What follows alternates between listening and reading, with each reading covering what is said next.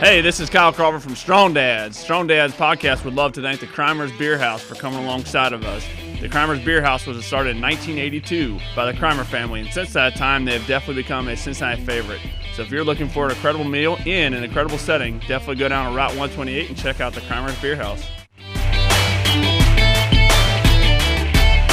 Welcome to Strong Dads. This is Merle Hutchinson sitting alongside Kyle Crawford, bringing you another great show. Kyle, how are you doing today? I'm great, Merle. How are you? Let's get with it. Come on, let's get with it. I'm fired up. Fired up. I'm ready to go. I'm looking at you here. I feel good. I'm here. I'm ready. It's a good thing you Live feel action. good because it looks coming up short. I got home this morning and Jenny looked at me. She said, "You look good, babe." I said, Oh yeah, kind of a big deal. Oh man, I'm not even gonna get into what could have been happening there. So anyway, hey, welcome to Strong Dads. We are going to have a great show today because we're really going to have some fun talking about a necessity in life. Every man knows about this topic today. I agree. This is how we're wired. This is how the lion lays in the desert all day long and just acts like he's doing nothing. But at the last minute, he pounces and he gets food for the family. What is that you speak of? We are going to teach people, or at least talk. Okay, I don't say teach. We're going to at least talk about life hacks. Oh boy, about hacks, about shortcuts. You know, normally we talk about do the right thing. I think they put a bow on it when they called it a hack because shortcut just sounds bad. They're like, oh, we're gonna call it a life hack. Then it seems so much better. Yeah, right. It's more in vogue to say hack or life hack. Oh, I got a great hack for you. But we've kind of had some fun with this, and I think sometimes part of this show will be just having some fun, but also talking about some things that we actually do in different areas of our life that we have just found to be helpful, and it's just kind of fun to have some conversation. I will tell you something. I think I may have shared this with you. I'm going to share a life hack before we even get going that actually made me mad. Okay, right. Because I was at the time that this was shown to me, I was about 55 years old, and I had been using this tool all of my adult life. And the guy who taught me was also mad because he had only learned it a couple weeks before me, and he was older than me. He's like, "Can you believe we've been doing this for all these years and we've never known?" It was how to lay a bead of caulk. Yep, I remember you told me this. Yep. Yeah. Did we actually talk about that on the show? Not on the show, but Yeah. we I think when we got done recording and we were just whatever. Yeah. We were just talking. Have you used it? I have not yet, but Yeah. the next time I lay a bead of caulk, I'm gonna do it. So laying a bead of caulk should not be a big deal. In all my life, I've laid a bead of caulk, whether it's in a bathroom or wherever. And the trick was always that you cut the tip at a 45-degree angle, Yep. and then you lay that bead of caulk down, and then you go and you lick your finger real big, and then you swipe it right through. You sweep it right over, and anyone who's done that knows exactly what I mean. Yep. It never flows out right. Never. I mean, it starts to bubble out of your finger. Yep. It starts to roll around your finger, and the next thing you know, you've got a bead of caulk that looks like. You try and use your pinky because it's nice and small. Because it's smaller. Like a weird angle. And so finally, I'm 55 years old at this point. Some guy says, he goes, "You know how to lay a bead of caulk?" And I'm like, "Well, I thought I did, but you don't want me caulk in your bathroom." And he's like, "I'm going to show you." He goes, "I just was taught this the other day." And so basically you do exactly what we talked about. You cut the tip at a 45-degree angle. Oh, yeah.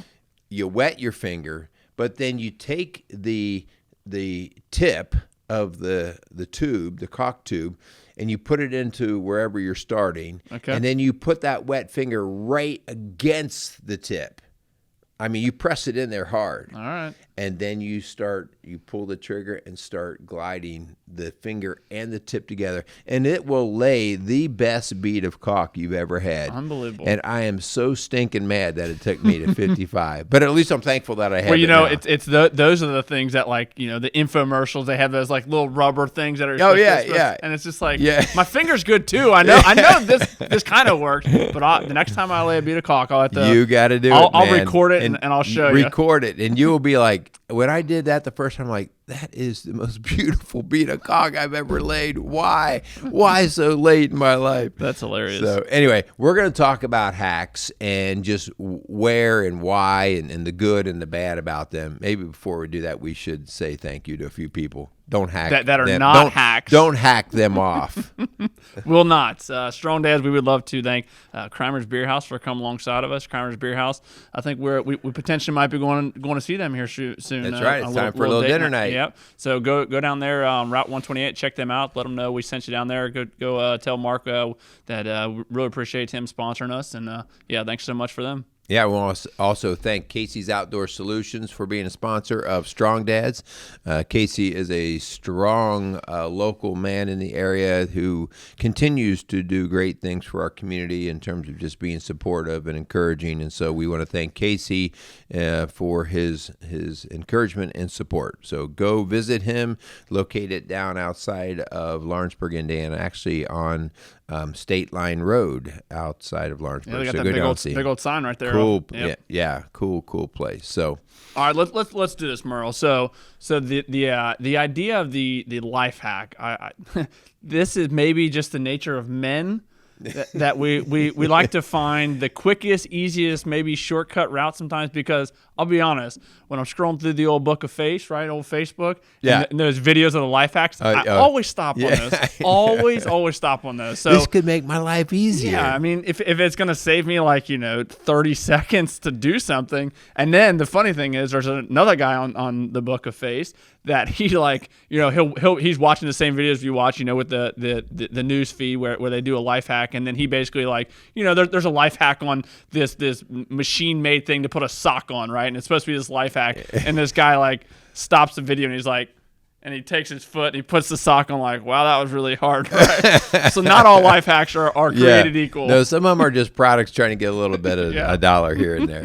So let's talk about the idea of the benefit is to work smarter and not harder, right? That's the big thing that we're moving for.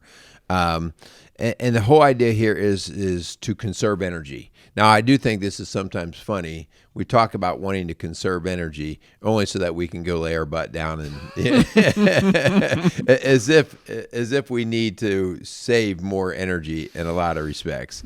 But hey, if it's not to save energy, maybe it's to save time to do something that you do like, that you do enjoy. Maybe it's to be able to shorten the length of time so that you could have more family time, have more time to do something that does bring fulfillment. And that's why hacks are valuable. And you made me think of so Jenny and I, we bought one of those little robotic vacuums. That's a really cool hack. That's a cool hack. Well, Jenny really loves it because she hates the vacuum, right? So she just we were like, well, let's just do it, right? And now the girls have a name for it. But just like you were saying, every night this daggone little machine does its normal, around our house and vacuums it, and it saves us time. It's a really good hack, right? Well, that's what every appliance actually is a hack. That's very true. Yeah. Whether it's a washer, or a dryer, a dishwasher, a stove, dishwasher, these are all hacks. And so the idea here is that they are beneficial. They free us up, and then it's up to us as to what we do with that freed up time or energy. Okay, but so hacks are always have good intention, but we do want to talk a little bit about good hacks versus bad hacks. Yeah. Okay, one thing to consider when you're looking at a good hack is always consider what the final outcome is. Okay. Yep. One hack could be me painting my own cars. That could be a hack. That could save a lot of money. It could. But you would know that I painted my own cars. Because you would say, man, what a hack job that is. So that would be one of those cases where I'm not painting my own cars. Because I have actually done that before. Yeah. And you can tell that I painted the car. Yep. And so having a little bit of view of what do I want out of the final outcome. Right. Okay. Versus painting a fence in the backyard. Sure. Now that, as long as I'm looking at it from 100 yards away, I mean, who cares? Right. Okay. So that's a hack where I'm maybe not going to pay somebody to paint the fence in the backyard, but I'm going to pay somebody to paint my car. So because of the desired outcome. So certain hacks, we want to make sure that we look at what we want the final outcome to be before we jump into the hack. And when it comes to the idea of these life hacks, we were briefly talking before, trying to come up with different kind of hacks that we personally use, and I started rattling off some hacks in the workshop. And we're like, well, like when we talk about risk versus reward, what comes into play when it comes to some of these hacks, like there's things I do in my shop that I think are going to be faster, and sometimes they are. But there is a risk involved with, especially when you're talking with power tools and using. So when we do talk about these life hacks, or hacks in general, like the idea of what is the outcome? What's the outcome going to be? Yeah. Is it worth maybe taking a little bit of a shorter cut? It's kind of, again, weighing those pros and cons of this hack. Is it really going to work? Because what is the outcome gonna get me? Is it gonna be a something that I can look at and say, all right, that was worth it, right? That hack actually benefited me, or is it gonna be something where it's like, well, I took that little shortcut, but if I would have done it the right way the first time, that's right.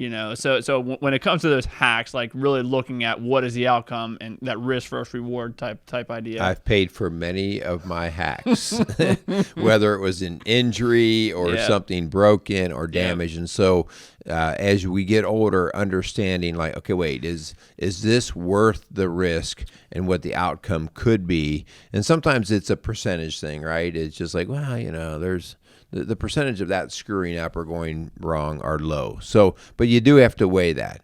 I also think that a good hack is one that does not come at the expense of others. So that can be abusive, like when we just suck people into doing things for us because we don't want to do them, but they're not treated very well in that process. And so that's, sometimes we get proud of ourselves. Oh, I got so-and-so doing that for me, but that I want to be careful with, just because we're not here to abuse other people. Right. Yeah, that's good.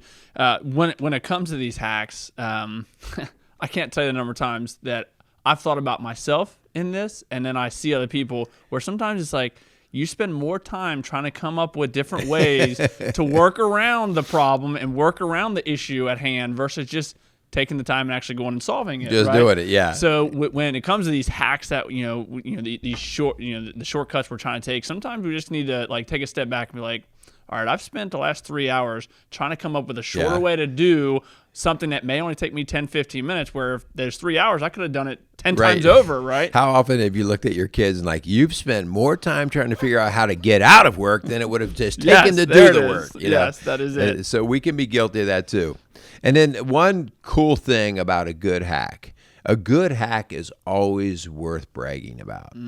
So you got to. When you come up with a good hack, when you invent something that you go, man, now that worked really well, then that's worth sharing. Like, did I ever show you my belt sander on my treadmill? Yes, there we go. So that was a hack. Like, I had an old broken down treadmill. Yes, this thing is fantastic. And I'm like, that motor still works really well, and the deck on it's pretty good. Everything else was falling apart.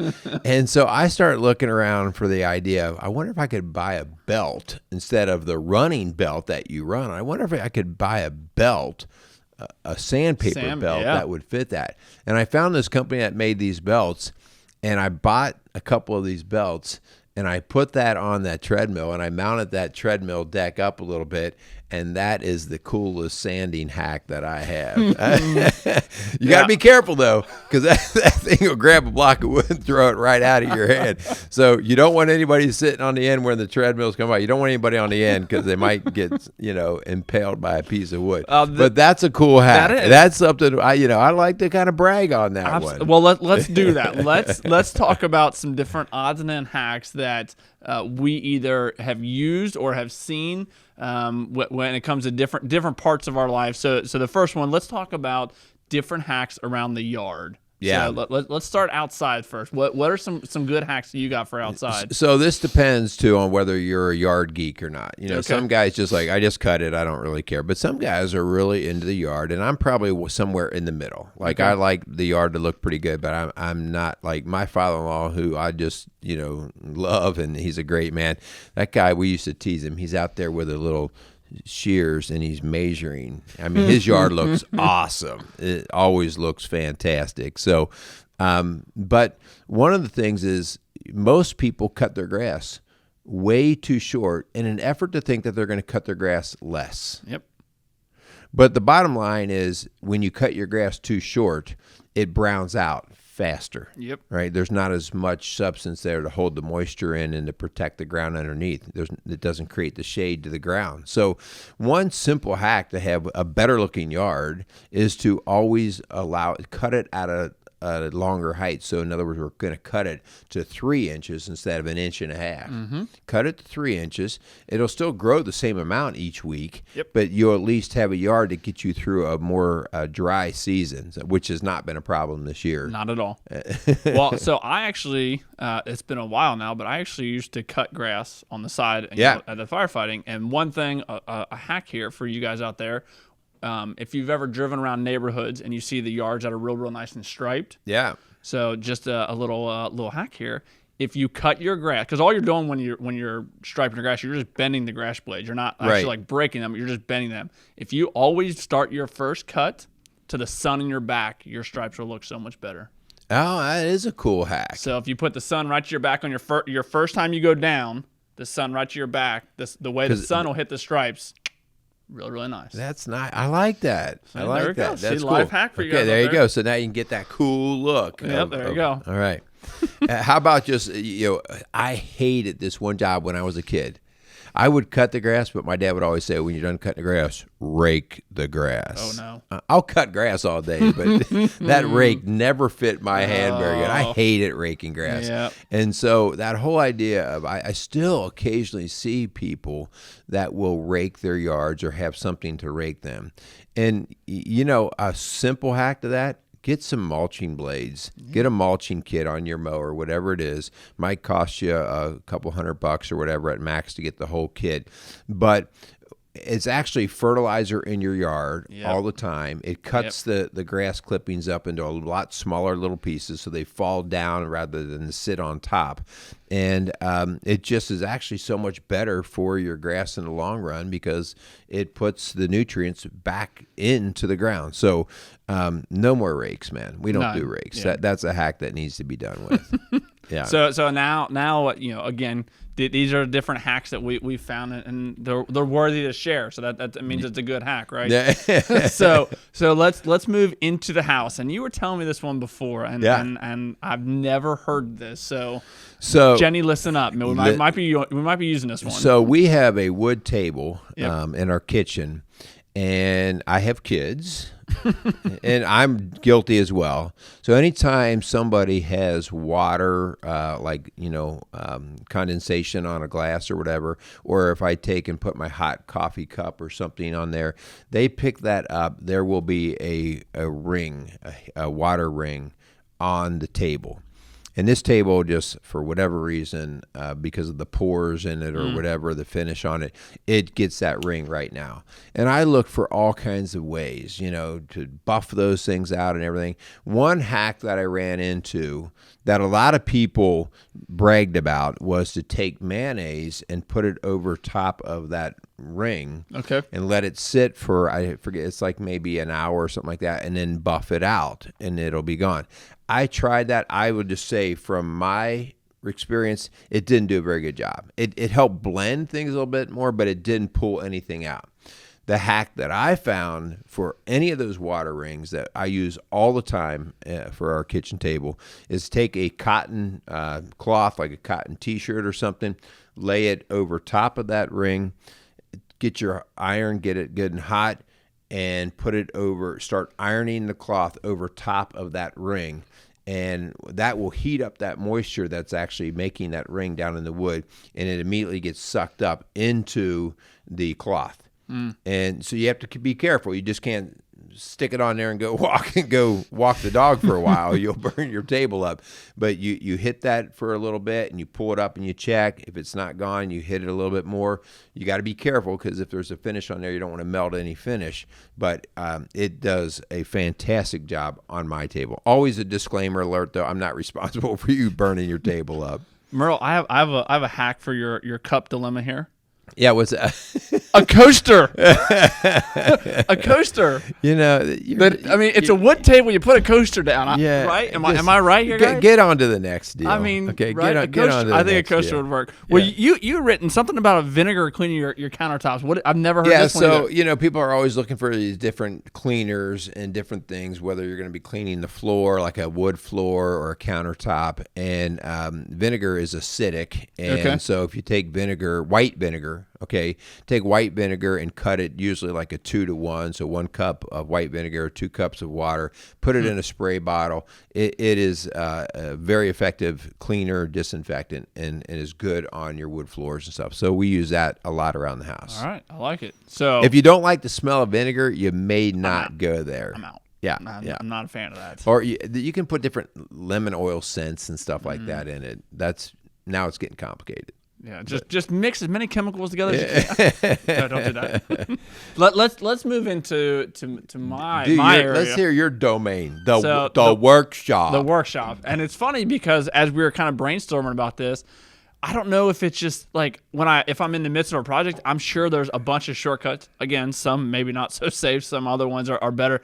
But it's like you try and sit back when I'm in my workshop so much, I probably use these hacks and different things, shortcuts all the time, but to sit here and try and think of them. But one that we both kind of like, yeah, we've used this is the paintbrush one, right? Oh yeah. So you get done, painting, and them daggone paintbrushes, they're awful, right? Because you got to go down and you got to clean them out. Well, how long does it take to clean a paintbrush? Like somewhere between 4 and 5 days. They're ridiculous. You sit there. Now, a paintbrush is a little bit hateful, but not too bad. A roller? A paint roller, just shoot me now. You can't do it long enough. I mean, I've drained hot water gallon tanks. Like how much it just keeps coming out. So I'm not a big proponent of cleaning rollers. I'm not either.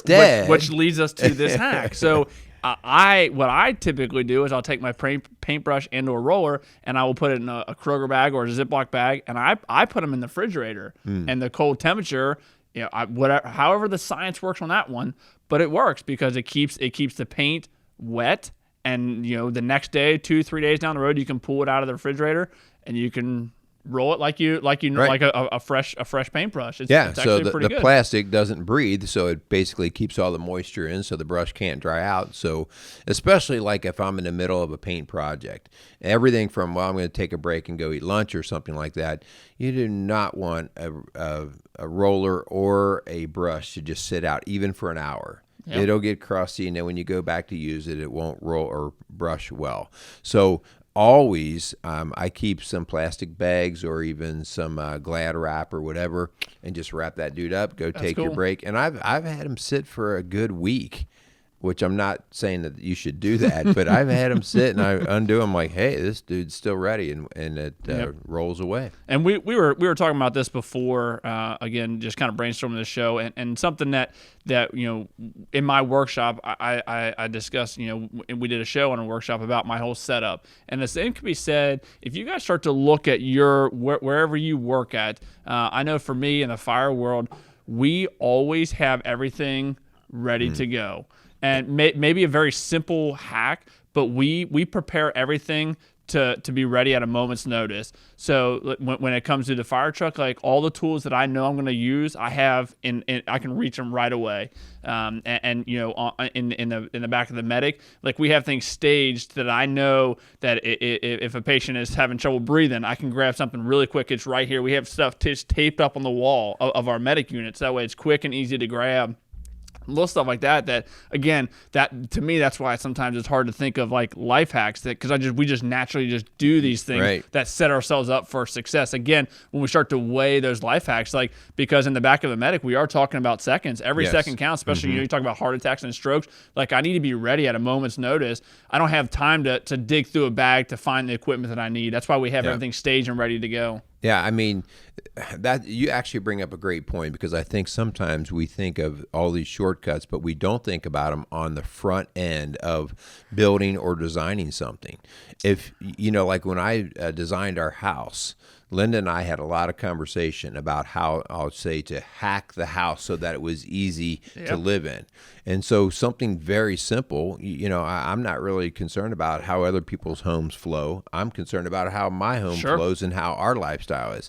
And so, I put the master bedroom and the two kids' bedrooms, they're all on the same floor with the laundry room in the middle of those three. And that was simply for the idea of no one's going to have an excuse for not getting laundry done. And it was just that kind of stuff that was like in the design that helped. To this day, we always say like, man, that's one of the best ideas, because laundry is just not a big issue in our house. You know what's a great life hack for laundry? A laundry chute. Oh, yeah. I've had two houses. Yeah, yeah. I've had two houses in my adult life. Both of them have had a laundry chute. Yeah. And I'm not quite sure if Jenny and I would ever buy a house without one now. Yeah. It's like money, right? Well, and it's right in the hallway, just like you were saying, right in the, on the upstairs where all the bedrooms are at, and the girls can throw their clothes right down the chute.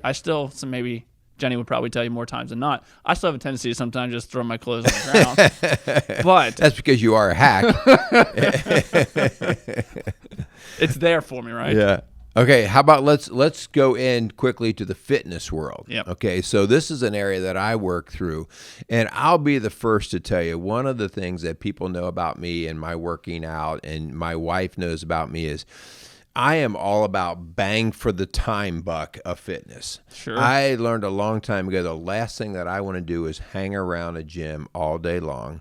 Like these guys who do that, in my mind, you better be like, that's your purpose in life. Like maybe you're making a living out of it. You're a bodybuilder. You're a pro level player. But for the most part, I want in and out. I don't want that to own me. And so in fitness, it's really all about intensity. So bang for the buck. Like if I only have 30 minutes to work out, right, then it's the quality of that workout versus just, if I want to improve, if I really want to hit different levels and thresholds of fitness, then it's about the quality. And so that's where things like I frequently talk about intervals and high intensity training, these kinds of things, because I can do a half-hour workout. That's actually how my workout finishing came to be. I can do a half-hour workout, work the entire body from head to toe, and I can have you exhausted and done, okay? And that's not to brag. What I try to do is I try to make it is very complex in terms of complex movements, not hard to do, but complex in movements, compound movements. I'm using legs, hands, arms, everything, and I'm running it through high-intensity intervals, so 30-second, 40-second, whatever it is. Doing that versus just hanging out and doing a few lifts here and there over 30 minutes. I get people out of our gym warmed up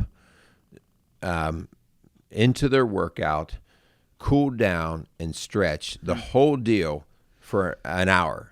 All right, wow. And we can do less than that if we need to, but and that they are done. So bang for the buck. You've got to add high intensity over a shorter period. And again, that's just a hack. That's not. I'm not saying everybody should do that. It depends on if you're training specifically for something. But general conditioning, you want to get in shape. Work the intensity. Yep, I love it. Hey, obviously we're talking to you strong dads out there. We're talking about men and different hacks we can do, and I think we'd be missing the mark here big time if we didn't talk about maybe one of the most important parts of our life that there's still hacks involved, right? And that's our relationships with our wives, with our kids. I was just kind of thinking about this. Man, when it comes to a hack, and it's, again, we kind of maybe use that term loosely, but they're there. There are things that help us, build our relationship up, things that are going to, make our life a little bit easier. Something that I do with my girls, and this is not by any means rocket science. This isn't new. And I'm setting my girls up because I know there's going to be a day when I drop them off of school and they're not going to want to say I love you. right? They're just naturally, right? Because they get old and they get embarrassed, right? So we've already implemented like code things that we say to each other that basically means I love you without actually having them say. And again, right now they're not old enough that they still love daddy, right? I'm still number one, go me, right? But like I'm setting them up. I'm instilling like this basic little hack, the little thing we do. I drop them off and we do this little thing we do with each other, and that's my way of like I found this little thing, this little niche, and we love it. Anytime we say bye to each other, like that's what we say, this little slogan, and man, my girls love it. I love it because I know like that's our thing, right? And it's fun to have that. So when it comes to us as strong dads, man, with our relationships, the most important relationships, man, find little fun hacks that you can do with your kids. Awesome. Man, find stuff that reinvigorates your relationships. Because again, our last show we did the summertime blues. Sometimes life is just dull. Like, man, bring some excitement back into it. And sometimes just doing fun little hacks together is awesome. Yeah, I love that point, the idea that just you and your girls know what it is. Yep. And so it quickly is a message of I love you or whatever without all of the stuff that, especially like we talk about when kids grow up, they go through that embarrassment stage. That's really cool. Yeah. With my older boys, especially when they were growing up, like I taught in their building, and they did not want dad to acknowledge them verbally, like, hey buddy, I love you. Yep. But when we'd walk right by each other in the hallway, and we would not even act like we were looking at each other. And at the last minute when we would walk by, we would just put our hands out and do a high five. Yeah. And then just keep right on walking. No words exchanged, no nothing. But that was like that connection. That's a cool point there. Yep. I love it. That's awesome. Man, find stuff with your wife, like, again, not that you have like to have like code names and pet names for each other and stuff, but like find cool things that bring life into your marriage. Like our most important relationships are obviously our relationship with God, and the next is going to be with your wife. And man, find excitement. Every person is going to have different hacks that different things that they do. Find that. My wife and I mean, call it whatever you want. We go on a monthly date. That's something we do. We prioritize that, because if you don't do that, then you're going to fall into, part of the reason why this whole show started, the absence of a married couple staying together, being in the home, being there for their kids, and statistics obviously show that that's valuable for them. Yeah. A quick hack in a relationship. Remember, hacks are to make a place or environment or job better. Okay. Yeah. And a quick hack, especially in a time of tension, is to race to the apology. Okay. So again, the reason why we don't apologize is because we're going to wrap our head around rightness and wrongness and tension, and we're going to be bullheaded and stubborn with all that pride. And if you want a quick hack to get to what's important, the job that's important in the relationship, just start with an apology. The hardest time is the first time. Once you get used to apologizing and your spouse sees that it's authentic, that hack, which I hate to even call it a hack because it's just so daggone, it's part of the tools, right? It's like, but get to the apology quickly so that we can get the job done. If the apology being held back is keeping us from getting the job done, how long are you going to sit around and let that happen? So apologize quickly. Learn to read your spouse. These are quick hacks. I mean, if I can teach a guy within 30 seconds to read how his wife's doing when she walked in the door, it can save me from stepping in piles of you-know-what, okay? So in 30 seconds, when Linda walks through the door, I have myself trained and I have our kids trained. When she walks through the door, by how she enters the house, we can detect a lot about how she's doing, which that helps us know how we should approach her, okay? And my wife does that with me. And now we do that with the kids. When the kids come in and they drop a book bag and you hear a heavy sigh, I mean, right off the bat, I'm reading that, and that is just a simple life hack that makes me do family well. So good, man. I hope as fun as sharing different. You hack. I am a hack. I am a hack. I hope that those finding cool hacks, finding things that you do, share them, because if they're worth sharing, then they're probably good hacks, right? Just like we were discussing. But ultimately, the main point of this whole show is the idea of our relationships and prioritizing, finding hacks, finding things that like you said are going to improve your home, whatever those look like for you. That's ultimately the whole point of this show. The point of all of our shows is to hopefully help improve dads, help improve ourselves. If you guys have cool family hacks, man, share the heck out of them. Share them with us. Yeah, we want to know about Contact us. Absolutely. Contact in the comment section on the YouTube page, man. If you guys are viewing us on the YouTube, put that in the comment section. We would love to hear some of those and maybe incorporate. If they're worthwhile, we'll incorporate them. Right? If they're even halfway good, I want to give you credit, and so we'd love to share. Hey, so and so shared this hack with us. We'll do a whole show on hilarious hacks or something like that. All right, we want to thank all you guys for listening. We want to thank our sponsors again, Casey's and Crimers. I know that's that other sponsor with that other show. See, we have strong bets here. We want to thank both of our sponsors out there. We also want to thank all of you guys out there, and ladies actually out there listening to our Strong Dads. Do us a favor, 5-star us in the ratings, subscribe to our channel, spread the show, communicate with us. If there are topics or things that you are interested in or you would like us to address, send us a note. You can get us at hutch@rocksolidfamilies.org. Also, if there's something that we can help you with more on a close basis within your own home. If you're struggling, reach out to me at rocksolidfamilies.org or 812-576-7625.